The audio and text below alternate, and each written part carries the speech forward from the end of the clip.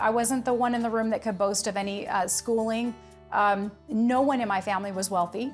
Debbie Kirk was disinterested in school and dropped out after the 8th grade. She began working as a waitress to make money.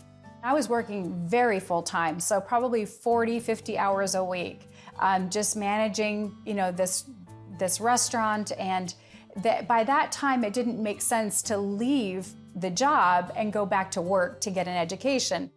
Debbie met someone who shared the gospel with her, and after giving her life to Christ, she learned the principles of tithing.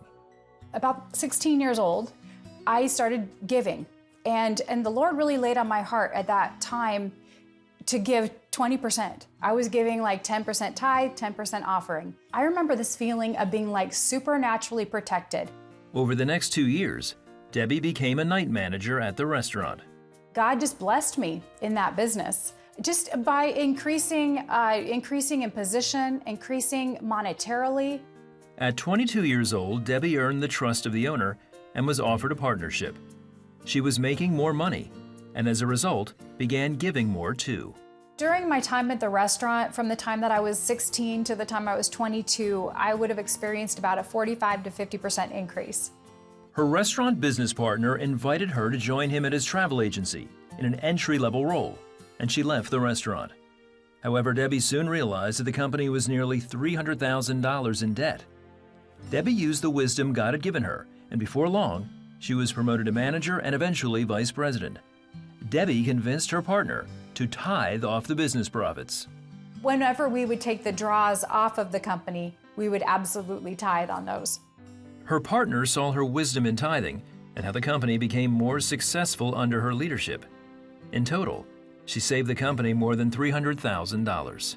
He actually compensated me even more than himself because he could see that the agency was turning around. And I really see that as being the hand of God and the tithe and the offering. Debbie became part owner, and in 2019, they sold the company for $6 million. She says giving allowed her to give more. I started out by giving 20%, then I would go to like 25%, and then I would go to 30%. And before I retired, I was at 35% giving.